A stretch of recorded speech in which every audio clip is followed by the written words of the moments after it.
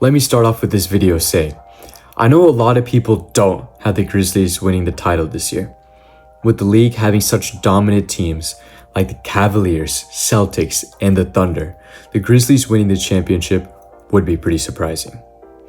The Grizzlies is my hometown team and one of the most dynamic teams in the league. With the trio of Ja Morant, Jaren Jackson Jr., and Desmond Bane, every game becomes exciting to watch. This is where I hear people get the idea of having the Grizzlies as sneaky title contenders, but realistically speaking, I don't think they even should be considered. Quick update, before I continue on, some points in this video, specifically about the head coach, will not necessarily be relevant as he actually got fired on Friday, March 28th.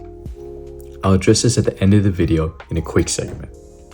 Let's start with the positives. In terms of statistics, the Memphis Grizzlies are first in leading the NBA in pace at 103.39 possessions per game. They also rank 7th in offensive rating at 117.7 and 10th in the NBA at a defensive rating of 112.7, meaning that they're a pretty balanced team on both ends of the court.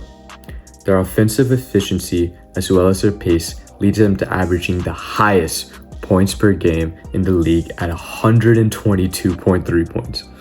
Comparing them to other teams in the league, their pace is one of the fastest offenses since the 1997, only trailing the OKC in the 2018 and 2019 season. Their dominance when facing other teams is nothing to laugh at also.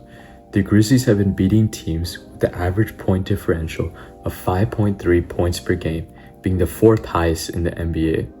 Even more, they draw an average of 20.4 fouls per game, leading other teams into foul trouble and also being the 2nd highest in the league. They have a great bench unit with many solid role players like Santi Aldama, Vince Williams, Luke Kennard, and more. They're a gritty young team and have a lot of passion for the game. Now, let's talk about the big three. Ja Morant is one of the premier playmakers in this league. He always finds a way to get a pass, especially with that lob connection with Zach Edey. He has been a really solid player this year with averages of 22, 4, and 7. He is a great leader and elevates the players around him with the intensity and love for the game. Desmond Bane. He has proven himself to be an all-star caliber player and can be a very good second option as well as a scorer for the team. He's an effective catch-and-shoot scorer. He maps the floor well and is able to play make with his ability. He's even good off the ball. Last but not least, Triple J.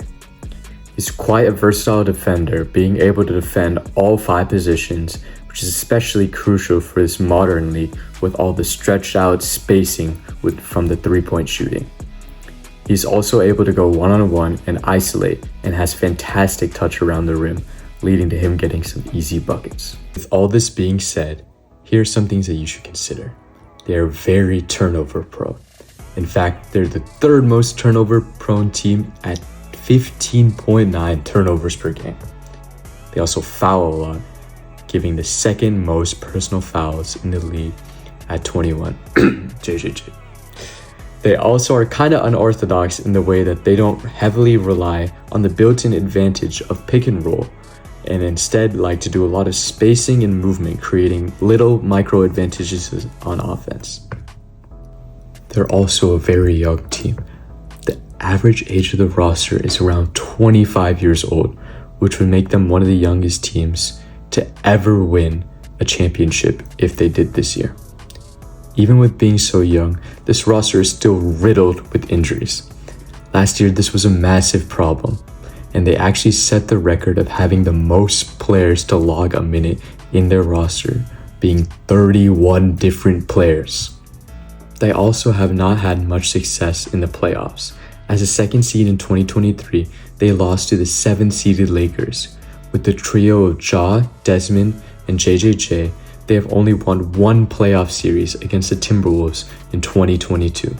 This leads me to talking about their head coach, Taylor Jenkins. Jenkins is not good at making adjustments. There's been many instances where the Grizzlies have choked leads or games away at the last minute.